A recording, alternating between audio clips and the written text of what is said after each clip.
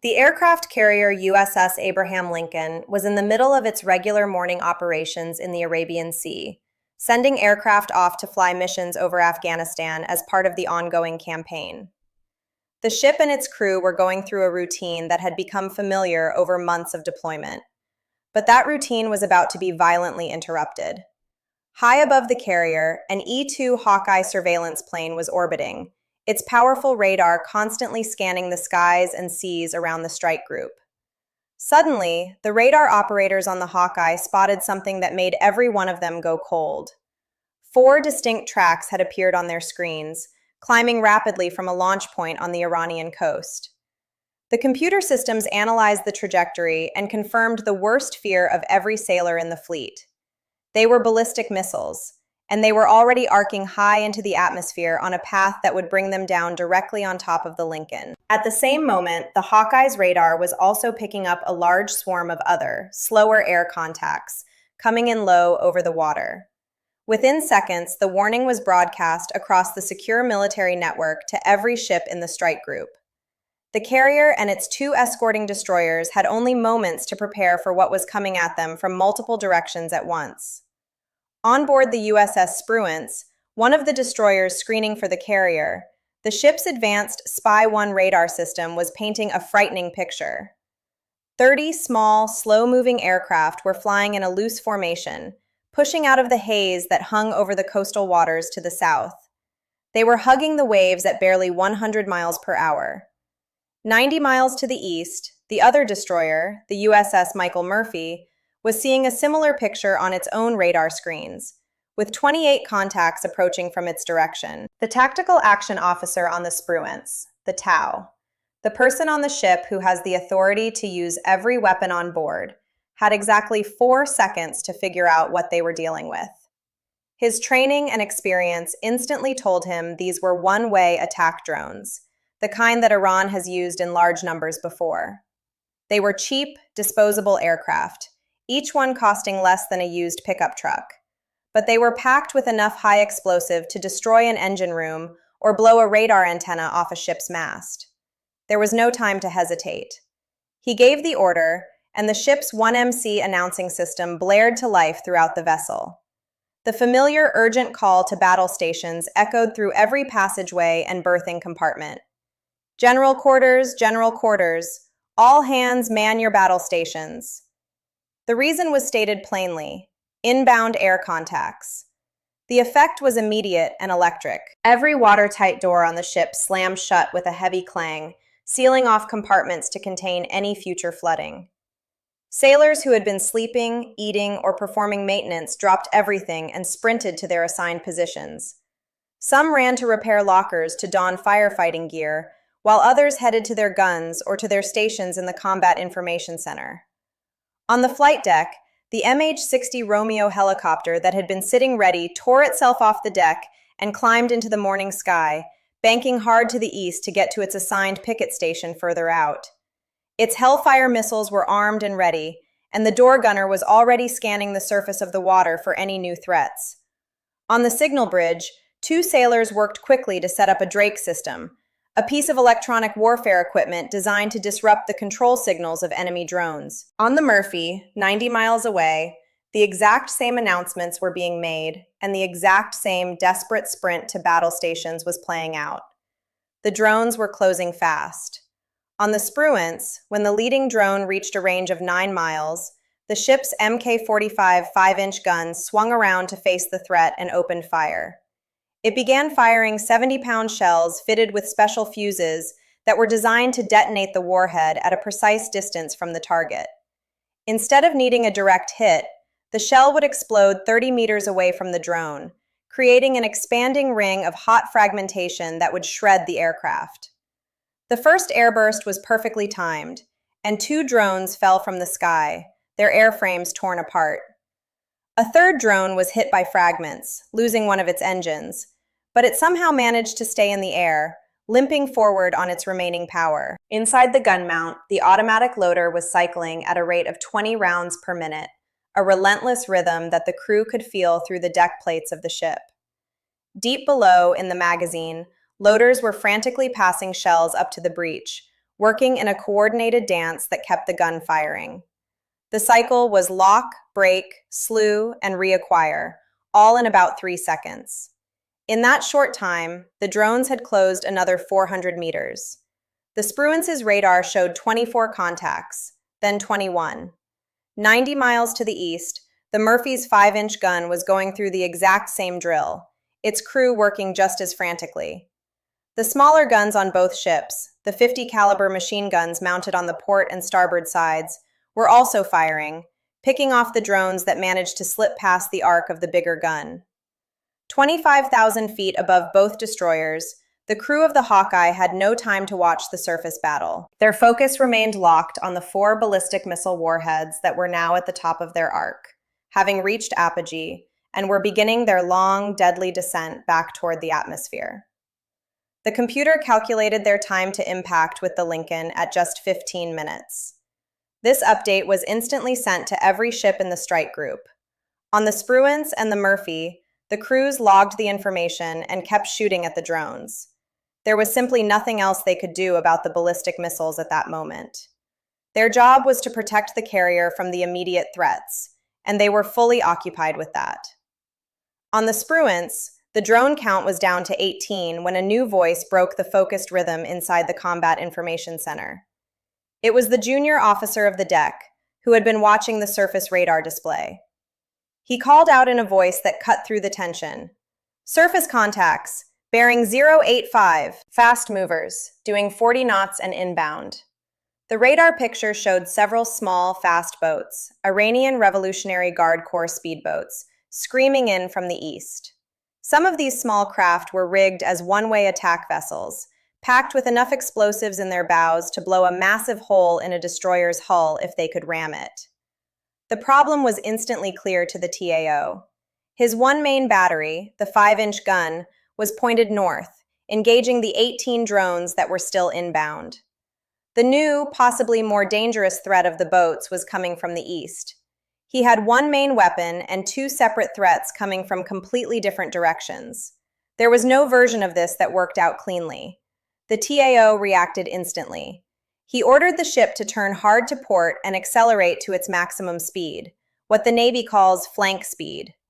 The goal of this sudden, violent maneuver was to throw up a massive wall of churning white water off the ship's stern. It wouldn't sink the small boats, but it would force them to deal with a turbulent wake, breaking up their carefully planned attack formation.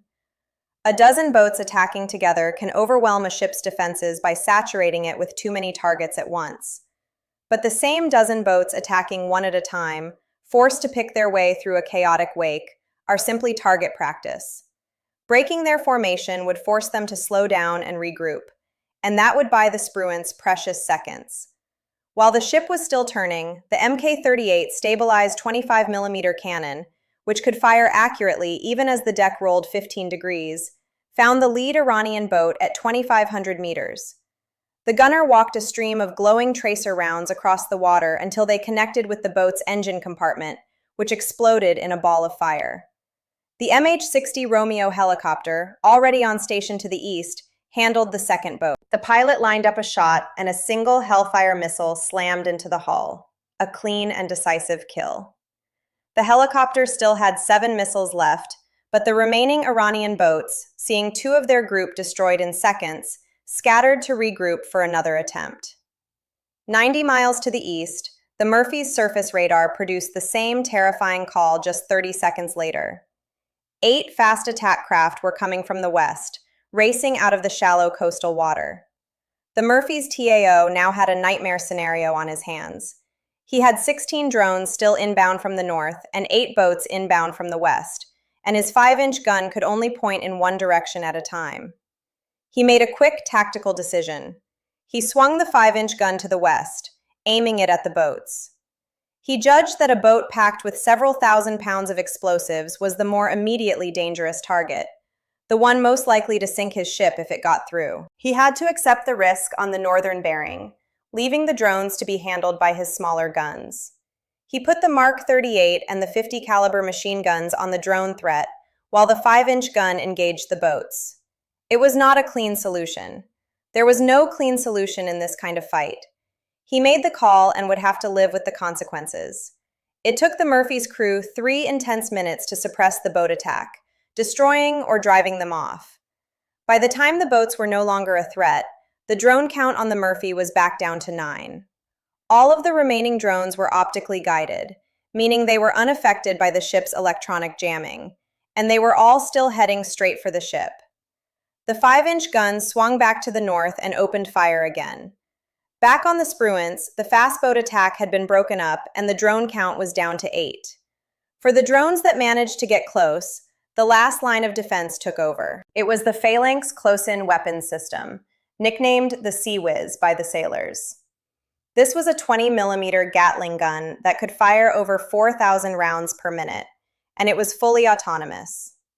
At terminal range, when a target is just a few seconds from impact, there is no time left for a human to make a decision. The Phalanx, with its distinctive white radar dome on top, spun toward anything that looked like a threat, classified it as hostile, and fired. Several drones entered its engagement envelope and were instantly erased from the sky, shredded by the wall of lead. For approximately 4 seconds, the crews of both destroyers allowed themselves a brief moment to breathe. The drone and boat attacks seemed to be under control. Both ships' electronic warfare operators broke the silence with a call that sent a fresh wave of adrenaline through every sailor. Vampire, vampire, vampire. The call came in on the Spruance first, and then on the Murphy 11 seconds later. This was the code word for an inbound anti-ship missile. An Iranian shore-based missile battery on the Makran coast had been playing a deadly game of patience. For the last 45 minutes, it had been passively listening to the radio frequency emissions from both American destroyers, building up a firing solution without ever turning on its own radar. It sat there in the dark, listening to the ship's own radar and communication signals, slowly and silently piecing together their exact speed and heading. And it had picked this exact moment to attack on purpose. The drones and the fast boats were never meant to sink anything. They were just the opening act, designed for one purpose: to drain the destroyer's ammunition, exhaust their operators, and point every weapon system on both ships in the wrong direction.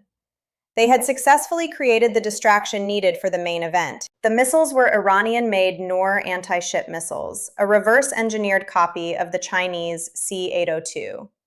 They were sea-skimming, flying just 5 meters above the wave tops to make them harder to detect. Inside each missile's nose, an active radar seeker was searching for the American destroyers, and each one carried a 165-kilogram high-explosive warhead. They were already in the air and racing toward their targets before the TAO on either ship could fully process the warning. 4 missiles, flying just above the waves, were closing at just under the speed of sound from the northwest. The geometry of the attack was intentional.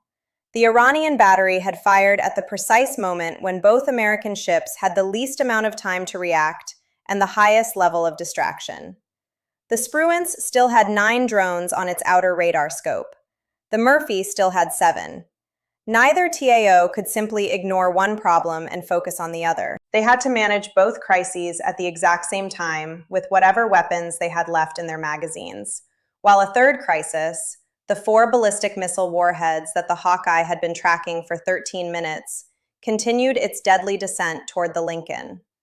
The Spruance's TAO keyed his microphone and gave the order to launch from the ship's vertical launch system for the first time that morning. 3 Standard Missile 2s, or SM-2s, blasted out of the forward missile cells in quick succession. The ship's SPG-62 fire control radar illuminators swung to the northwest and began the complex task of time-sharing, guiding multiple missiles to multiple incoming targets. Every single illuminator on the ship was pulled off the drone bearing. For the first time since the attack began, the drones were left completely unengaged by the ship's primary missile defenses.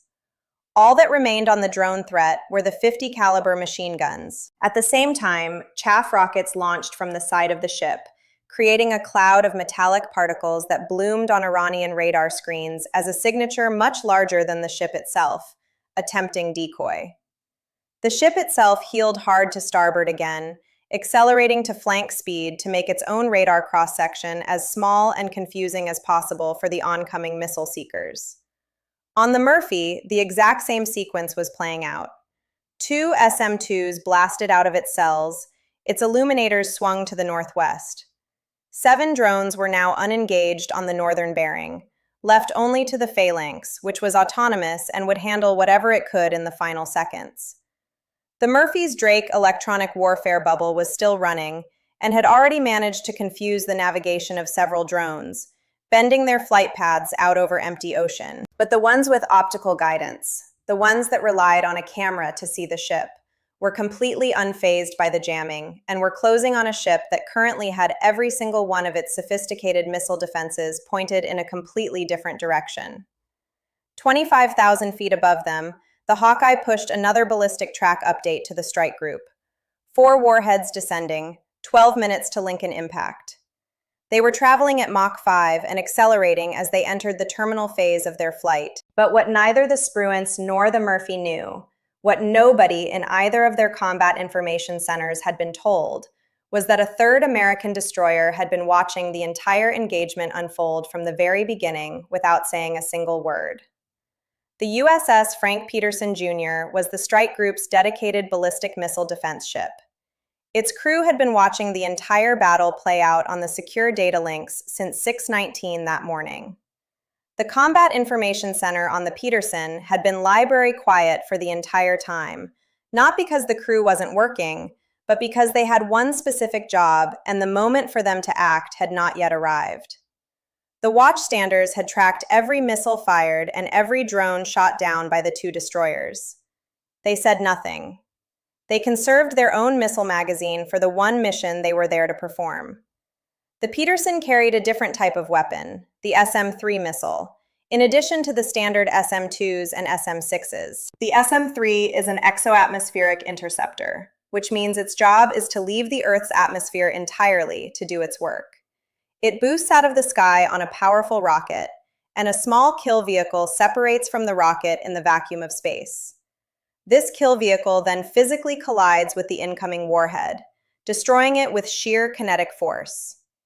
If it misses by even a single meter, the Iranian warhead continues on its path and hits the Lincoln. The TAO on the Petersen had been quietly building intercept solutions for the 4 ballistic tracks ever since they first appeared on the Hawkeye's report. He had 4 incoming targets and 4 SM-3s in his cells. He had been waiting for the geometry of the intercept to solve itself cleanly. 100 miles to the north, the 2 destroyers were still in a desperate fight for their survival. On the Spruance, the first NOR missile was detected at 11 miles, a flash on the horizon. The fire control illuminator guided an SM-2 into it, destroying it. The illuminator then immediately slewed to the next track. The second missile was destroyed at 8 miles. The third and fourth NOR missiles were engaged just 2 miles after that. None of them reached the ship's hull. The Spruance was intact. On the Murphy, the geometry was uglier and more dangerous. It had fired 3 SM-2s at 2 inbound NOR missiles, but its 3 illuminators were having to timeshare between them. An SM-2 in its final seconds of flight is blind without the ship's radar beam continuously painting the target. The Murphy had 3 illuminators for 3 incoming missiles that were coming from slightly different angles at just under the speed of sound. Every time the ship's system had to flick its radar beam from one missile to another, the SM-2 that was left in the dark flew blind for about 400 meters.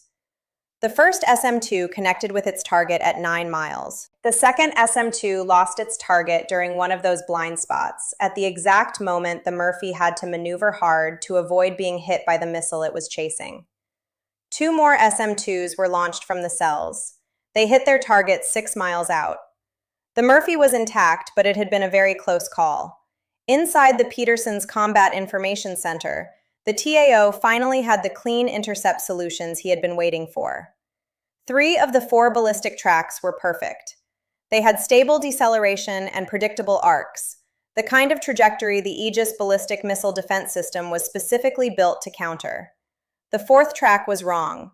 It had a lower trajectory and an irregular deceleration that didn't match the standard flight profile of an Iranian Shahed 3 missile. If the Petersen made a mistake, the interceptor could just as easily target the Lincoln's own aircraft. The deck went cold. Every single aircraft movement stopped.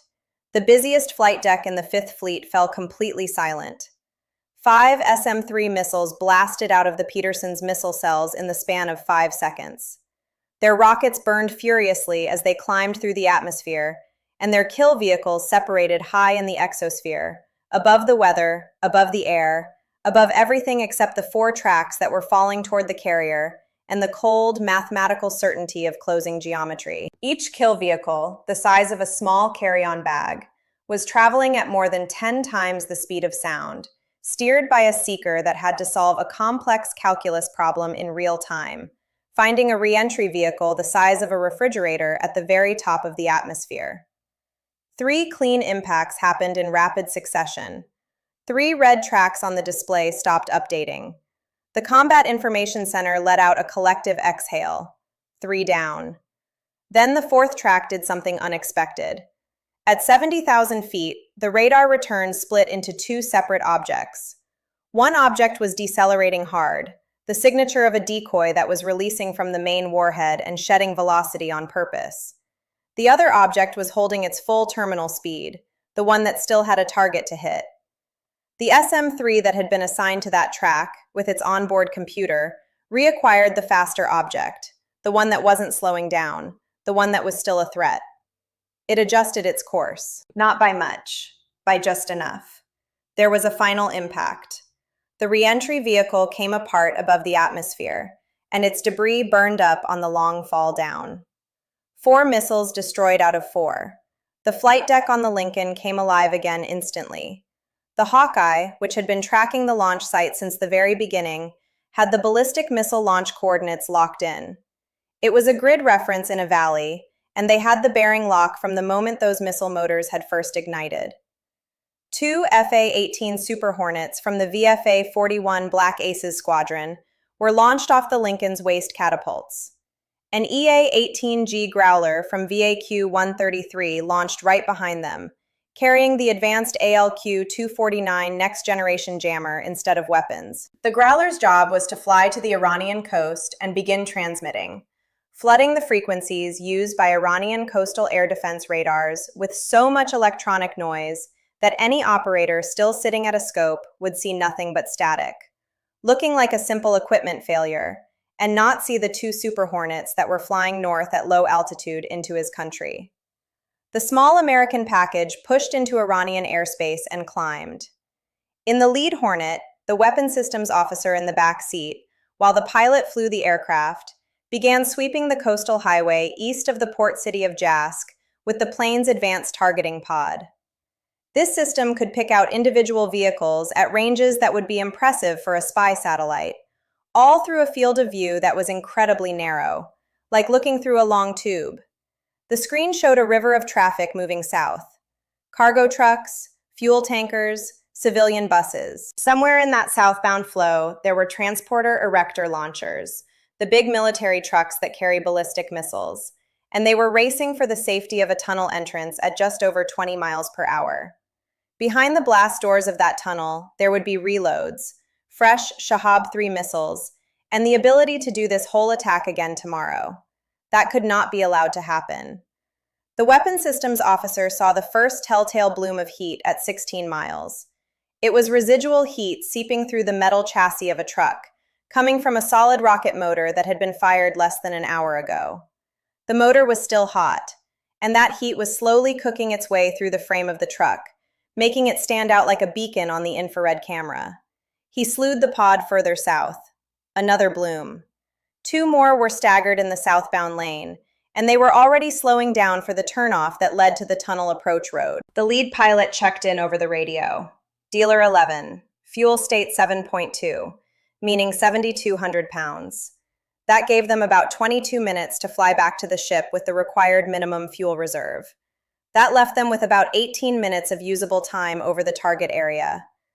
The transporter erector launchers would reach the tunnel mouth in about 4 minutes. Then, in the very corner of his eye, the pilot saw a small shape move in the tree line on a hillside south of the highway. An infrared bloom, a hot spot, climbed off the slope. It was a man-portable air defense system team, one soldier with a shoulder-fired heat-seeking missile. These weapons produce zero radar warning. There is no launch indication. Nothing at all, until a bright point of light is rising off the ground straight toward your engine exhaust.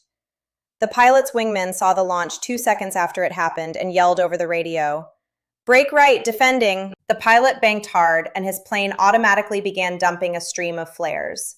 The heat-seeking missile chased one of the bright flares into the hillside and exploded harmlessly. But the violent maneuver cost the wingman 90 seconds he did not have.